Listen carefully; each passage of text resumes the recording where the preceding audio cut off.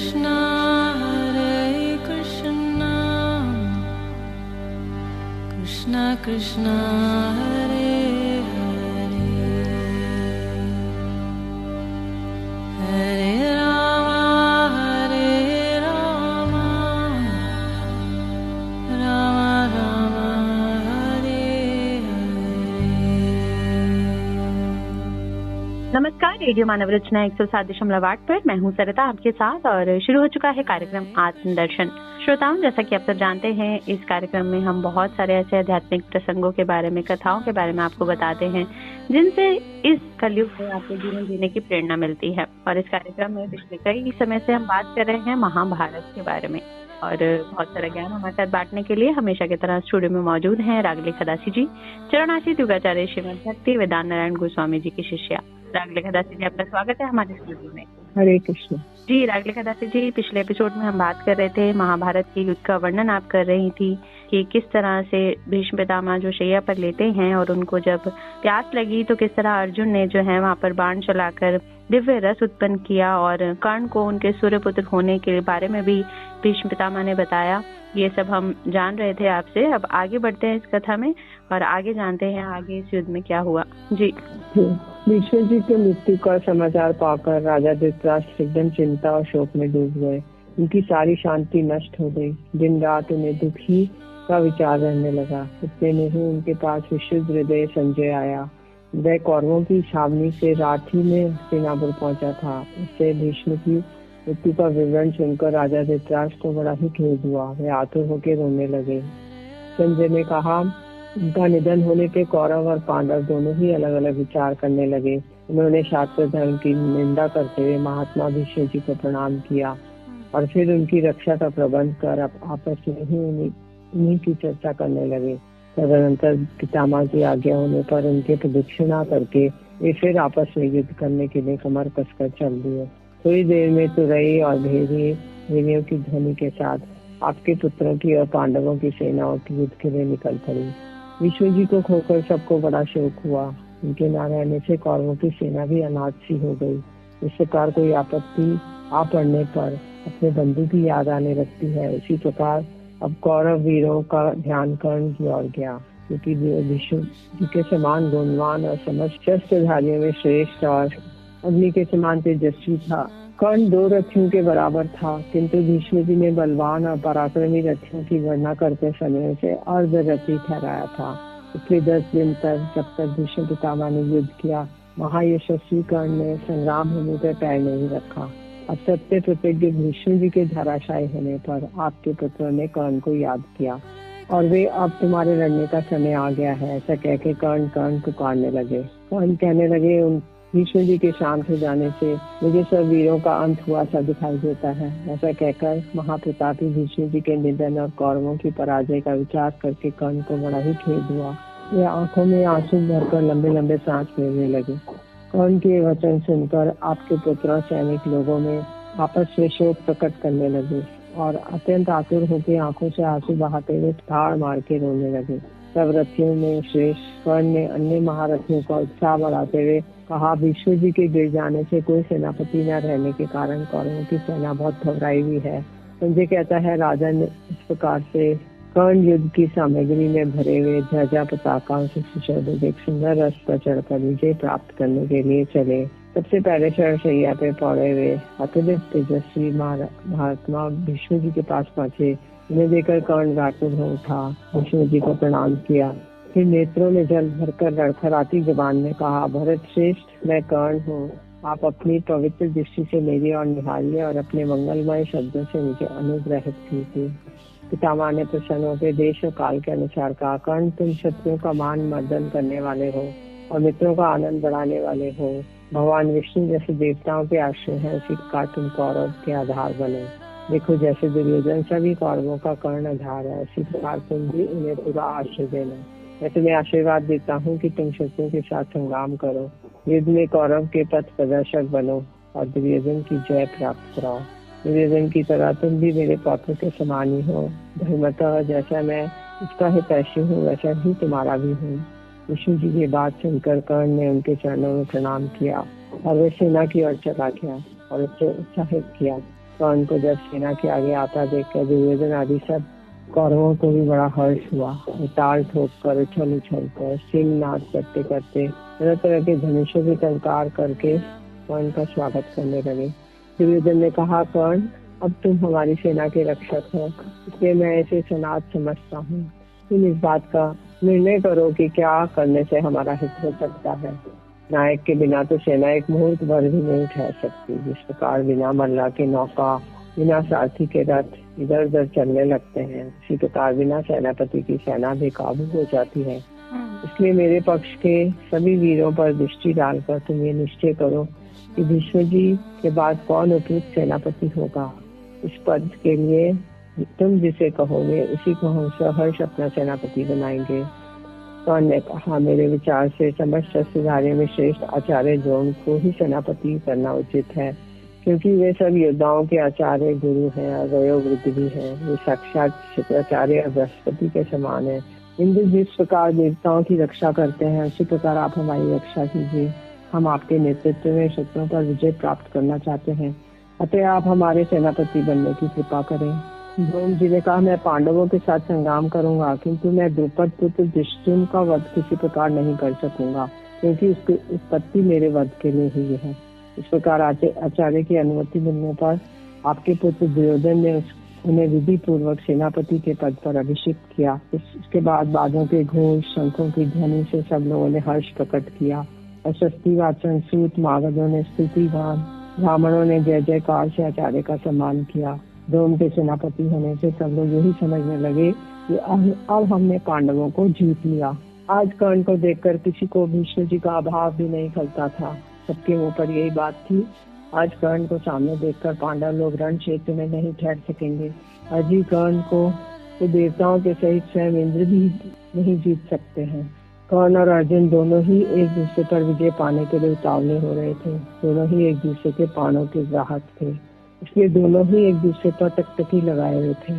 इसी समय यकायक महारथी द्रोण आगे बढ़े और सारी सेना के बीच में अपने आपके पुत्र से कहने लगे, राजन, तुमने भीष्म जी के बाद मुझे सेनापति पद पर प्रतिष्ठित किया है, सो मैं तुम्हें उसके अनुरूप फल देना चाहता हूँ। बताओ मैं तुम्हारा कौन सा काम करूँ, तुम्हारी जो इच्छा हो मुझसे वही वर मांग लो। इस पर राजा दुर्योधन ने कर्ण और दुशासन आदि से सलाह करके आचार्य से कहा, यदि आप मुझे वर देना चाहते हैं तो महारथी युधिष्ठिर को जीता हुआ पकड़कर मेरे पास ले आइए। सुनकर आचार्य ने कहा, तुम कुंती नंदन युधिष्ठिर को कैद करना ही चाहते हो? उनका वध कराने के लिए तुमने वर नहीं मांगा, इसलिए वे धन्य है। किंतु दुर्योधन, तुम्हें उनको मरवा डालने की इच्छा क्यों नहीं है? दुर्योधन ने कहा, आचार्य पाद, युधिष्ठिर के मारे जाने पर मेरी विजय नहीं हो सकती, क्योंकि यदि हमने उन्हें मार भी डाला तो विशेष पांडव अवश्य ही हमें नष्ट कर देंगे। सब पांडवों को तो देवता भी नहीं मार सकते, इसलिए उनमें से जो भी बच रहेंगे वही हमारा अंत कर देंगे। इसलिए सत्य प्रतिज्ञ युधिष्ठिर मेरे काबू में आ गए तो मैं उन्हें फिर जुए में जीत लूंगा और उनके अनुयायी पांडव लोग फिर वन में चले जाएंगे। इस तरह स्पष्ट ही बहुत दिनों में मेरी जीत हो जाएगी।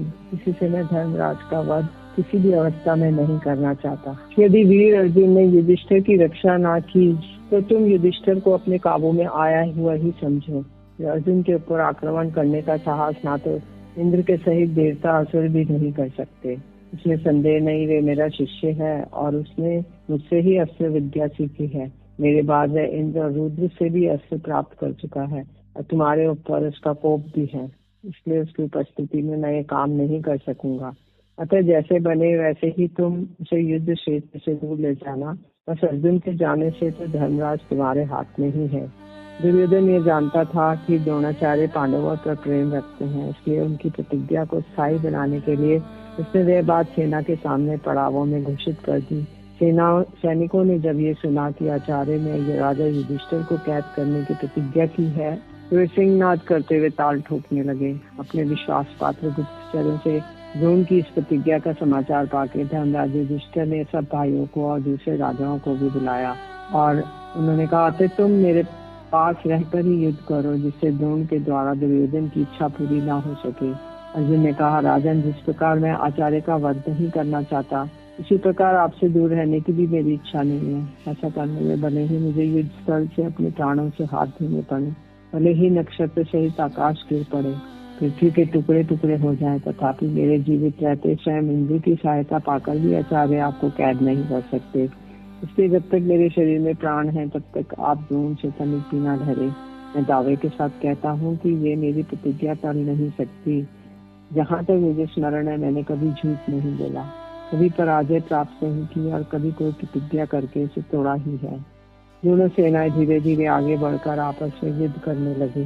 धर्मराज युधिष्ठिर की बात सुन के संजय कह रहे हैं कि अभिमन्यु ने सारथी को द्रोण की सेना के पास रथ में ले चलने को कहा। जब बारंबार चलने की आज्ञा दी तो सारथी ने उससे कहा, आयुष्मान, पांडवों ने आप पर बहुत बड़ा भार रख दिया है, आप थोड़ी देर पर इस पर विचार कर लीजिए, फिर युद्ध कीजिएगा। आचार्य द्रोण बड़े विद्वान हैं, उन्होंने उत्तम अस्त्र विद्या का बड़ा परिश्रम किया है। इधर आप बड़े सुख और आराम से पले हैं और युद्ध विद्या में उनके समान निपुण भी नहीं है। साथी की बात सुनकर अभिमन्यु ने उनसे हंसकर कहा, सूर्य द्रोण अथवा क्षत्रिय समुदाय क्या है? यदि साक्षात इंद्र देवताओं के साथ आ जाए अथवा भूत गणों को साथ लेके शंकर उतर आए तो मैं उनसे युद्ध कर सकता हूँ। इस प्रकार साथी की बात का अवहेलना करके अभिमन्यु ने उसे शीघ्र ही द्रोण की सेना के पास चलने की आज्ञा दी। ये सुनकर साथी मन में बहुत प्रसन्न तो नहीं हुआ, तुरंत उसने घोड़ों को द्रोण की ओर बढ़ाया। अर्जुन का पुत्र अर्जुन से भी बढ़ चढ़कर पराक्रमी था। वह युद्ध की इच्छा से द्रोण आदि महारथियों के सामने इस प्रकार जा डटा जैसे हाथियों के आगे सिंह का बच्चा हो।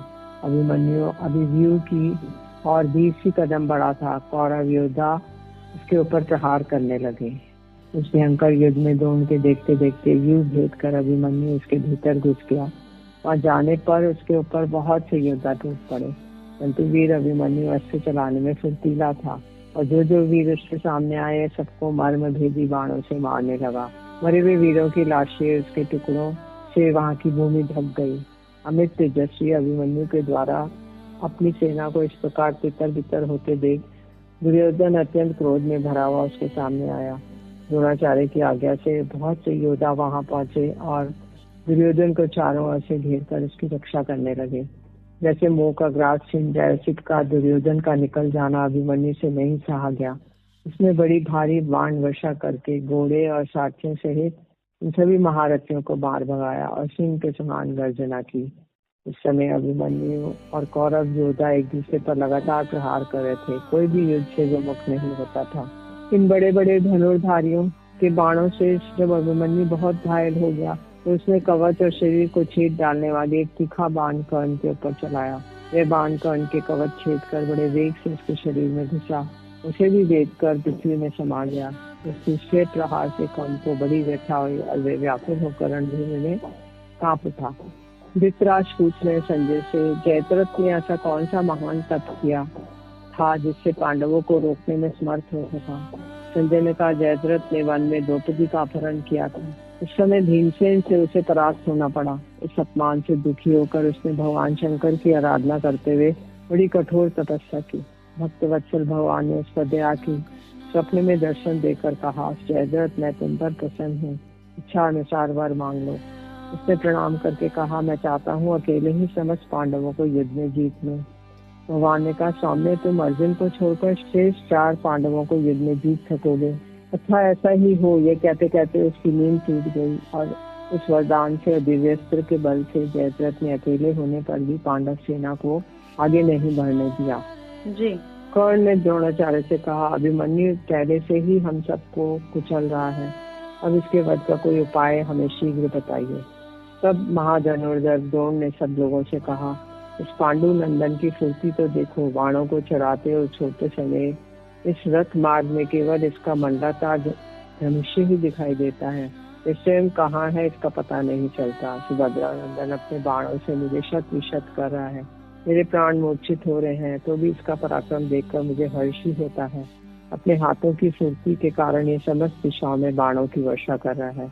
इसी समय अर्जुन ने और उसे कोई अंतर नहीं दिखाई देता। ये सुनकर कर्ण ने अभिमन्यु को के बाणों से आहत होकर पुनः द्रोण से कहा, आचार्य अभिमन्यु मुझे बड़ा कष्ट दे रहा है, मुझे साहस पूर्वक खड़ा रहना चाहिए, यही सोचकर अभी तक खड़ा हूँ। इस तेजस्वी कुमार के तीखे बाण मेरे हृदय को चीरे डालते हैं। इतने तरुण राजकुमार स्वयं ही शीघ्र पराक्रम दिखाने वाला है। दूसरा, इसका कवच अभेद्य है। इसके पिता अर्जुन को जो मैंने कवच धारण की विद्या सिखाई थी, निश्चय ही इसे संपूर्ण विद्या को ये जानता है। यदि इसका धनुष और प्रत्यंचा काटी जा सके, बागडोर काटकर घोड़े, पार्श्व रक्षक और सारथी मार दिए जा सके, तो काम बन सकता है। राजा नंदन, तुम बड़े धनुर्धर हो, यदि कर सको तो यही करो। सब प्रकार से असहाय करके इसे रण से भगाओ और पीछे से प्रहार करो। यदि इसके हाथ में धनुष रहा तो देवता असुर इससे नहीं जीत सकेंगे। आचार्य की बात सुनकर कर्ण ने बाणों से अभिमन्यु के धनुष को काट डाला। फिर त्वन्मा ने उसके घोड़ों को और कृपाचार्य ने पार्श्व रक्षक और सारथी को मार डाला। उसे धनुष और रथ से हीन देखकर बाकी महारथी लोग बड़ी शीघ्रता से उस पर बाण बरसाने लगे। एक और 6 महारथी थे, विषय और असहाय अभिमन्यु, तो भी ये निर्दयी उस अकेले बालक पर बाण वर्षा करते रहे थे। धनुष कट गया, रथ से हाथ धोना पड़ा, तो भी उसने अपने धर्म का पालन किया। हाथ में ढाल तलवार लेके तेजस्वी बालक आकाश में उछल पड़ा। अपनी लघिमा शक्ति से अभी वे गरुड़ की भांति ऊपर मंडरा ही रहा था, तब तक द्रोणाचार्य ने उसके ऊपर एक बाण से उसकी तलवार के टुकड़े टुकड़े कर दिए और कर्ण ने भी ढाल छीन ली।